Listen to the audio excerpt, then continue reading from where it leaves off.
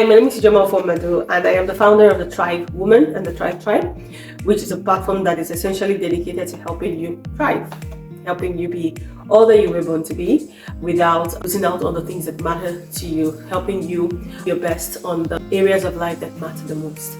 And on this channel, I talk about things that can help you, plan your life, things that can help you be more productive, things that can help you be more purposefully productive and to lead your best life. And today, I want to go through a couple of R's that mean a lot to me and to us at Tribe when it comes to productivity. I'm just going to run through them. So the first is routines. At Tribe, routines are the things that we do daily, and typically a routine should be something that nourishes your spirit, soul, mind, body, and core relationships. So essentially, in your day-to-day routines, you should have something that nourishes your spirit, your soul, your mind, your body, and your core relationships. It's really important that you have routines that speak to that. So for example, a routine that speaks to your spirit can be praying, reading the word. To your mind can be reading the book, listening to an audiobook. To your soul can be journaling, gratitude journaling, check-in journaling. To your body can be exercise, eating healthy food. To your core relationships, say your significant other could be making a call or having 10 to 15 minutes in the evening to check in with each other. If you have kids, with your kids could be having 5 to 10 minutes at bedtime to do some pillow talk and the rest. So, a routine should nourish the core aspects of your being, spirit, soul, mind, body. Of course, the mind and soul are the same, but soul, it speaks more to your emotions and mind speaks more to your intellect. And then also your core relationships. Now, a lot of times, depending on the season of life, you might not be able to have routines for all these aspects of life. So I like to divide routines into three. There's the robust, there's the classic, and there's the bare bones. Robust is when you have the full nourishment. So there is at least one thing speaking to the 5 areas I talked about. So there's something speaking to your spirit, your soul, your mind, body, and core relationships. That's the robust. And sometimes you could have up to 2, depending on how much time you have and how much leverage you have and how much time it takes to do them individually. But the classic is when you don't have all that time. Maybe you're in a busy season of life. That sometimes happens with moms. Sometimes you might not have all the time to be able to do all of them. Then you opt for 3 to 4 out of the 6. So something that nourishes your spirit. I always encourage you to have a routine that nourishes your spirit, something that nourishes your body, and something that nourishes your core relationships, and then maybe something that nourishes your mind. Then the bare bones is bad as a bad. That's when you have one. And a lot of times I say, okay, if everything falls apart, make sure that your connection to God does not fall apart. So that would be your spirit. The next one I like to talk about is the recurrent. Recurrent is what you do weekly. The things that you do weekly. You could do them in a particular day every week or 2 or 3 times every week. For example, I scrub my skin. I do skin scrubs every week. Typically, I plan weekly. It is twice a week, but typically I end up doing it once a week. I do strength training about twice a week, Wednesdays and Saturdays. On Mondays, in my company, we do weekly prayer for the week. So weekly prayers is recurrence is the things that you do weekly, once or twice or thrice a week, but you don't do them daily. The next one is releases. Releases speaks to the things that you do monthly. So every month there's a release of, the Bible talks about that place, the tree that has a new fruit every month. Now at the Tribe, we leverage 5 things. We leverage the scriptures, we leverage skills, we leverage strategies, systems, and support. So you hear me talk about the Bible because I believe that the true essential ingredient, the most fundamental ingredient to thriving is actually the Word of God. It could be a book that you read monthly, for example. I take monthly breaks at the end of the month, just a day to just, relax and do something that I enjoy for the whole length of the day without any to-dos or anything. So release is anything that happens for you monthly. Now the next one is regent. Regent is typically something that I do yearly. It's the regent. I do it once in a year. And it's also the big goal that I break down. So, usually it's something I do once in a year, but once something is a big goal, most likely like my goal for the year, I now break it down into a release. That's something I'm having in the month, or I can achieve it either by going for it as a release. Like in a particular month, I say, okay, I'm going to do a version, even if I can't have the whole goal in the month.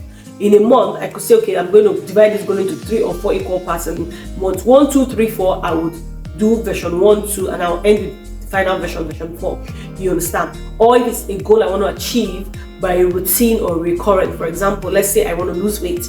The way to achieve that goal, even though it's a region, I could say, okay, this year, let's assume it's a new year, I want to drop 15 kg. and maintain it. So I'm going to do that through my routine, and then of course continue to make it into my routine. The next one is reviews. Reviews talk about what I achieved in a period under consideration. So I do daily reviews. At the end of the day, I look at the things that I planned versus what I achieved. At the end of the week, I look at what I planned versus what I achieved. At the end of the month, I look at what I planned versus what I achieved. So review speaks to what I achieved. And the next is retrospective. Retrospective speaks to how I achieved what I achieved. Before retrospective, let's talk about recap. Recap looks at an overview of everything. This recap sometimes is not so different from reviews. Recap, it just looks at an overview of everything to say, oh, this, example, I scored very low in my releases. In that video, I'm going to share how I break down the various things that I do, epics and the rest. I'm going to break them down. So stay tuned for that video. But let's say I have an epic goal, today I could be like, okay, end of the week, after I do reviews, what I plan versus what I achieve, and now look at the actual breakdown. Like, okay, in my business, for example, my epics did well, but on my personal goals, I didn't do so well on my epic. So that's a recap. I try to compare. I usually use the red, green, and blue biro. I write with black, so I use red, green, and blue biro to make the difference. So red is when it's under 40%. Blue is between 40-something, 41 to 69. Now, ideally, I know that red, if they say, oh, yeah, is that not too low? But yeah, I give myself grace. But green is from 70 upwards. So I start to look at the places I scored, below 40, that the red, and lets me know, okay, something needs to happen here, So, and then the retrospective is how I achieved. I ask questions like, what helped me today, or what helped me this week, or what helped me this month, what hindered, where did I waste my time, what affected my mood and all that. So I look retrospectives, I look at how the day or the period went. Next one is rewards. With rewards, I reward myself at the end of the month for a job well done. If I did well, if I hit my target. So a reward can be that now I have a base. Every week, every month, I try to take my break, normally. But depending on how well I go, I could add extra budget to my flexing, like, oh girl, you did well, you scored in this, so I'm going to take this extra budget and buy something for myself or do something that I want. But if I didn't score, girl, you didn't do anything, drop the money, But yeah, the last one I want to talk about is retreats. Retreat is the time between 2 sprints. So usually I plan my life in sprints of 4 weeks, and in another video I'm going to talk about it, but I plan my life in sprints of 4 weeks. 4 weeks for a quarter, and then the last week I go on a holiday. And because of the way I plan my life, I always have the last week and the end of the holiday. So typically my month doesn't really start on the 1st of the month. My month starts on the first Sunday of the month. So my month starts on the first Sunday of the month, even if that first Sunday is 7th. It starts when it starts. So I typically have 1 week where I can actually have my break, I plan 4. Yeah, so sometimes too, okay, well, since I started planning it that way, I've had most of my breaks at the end, but the way it's planned, it was 4.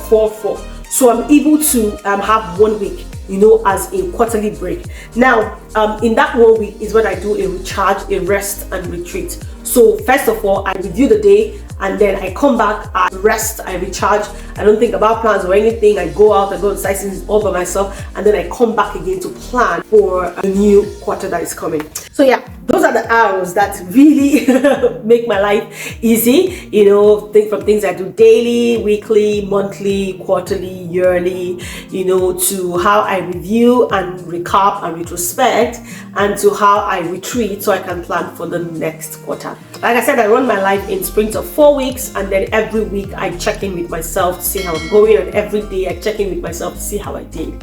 And yeah, stay tuned for a lot more videos coming where I'm going to be sharing all the other details on how I do stuff. All right, thank you and see you. Bye-bye.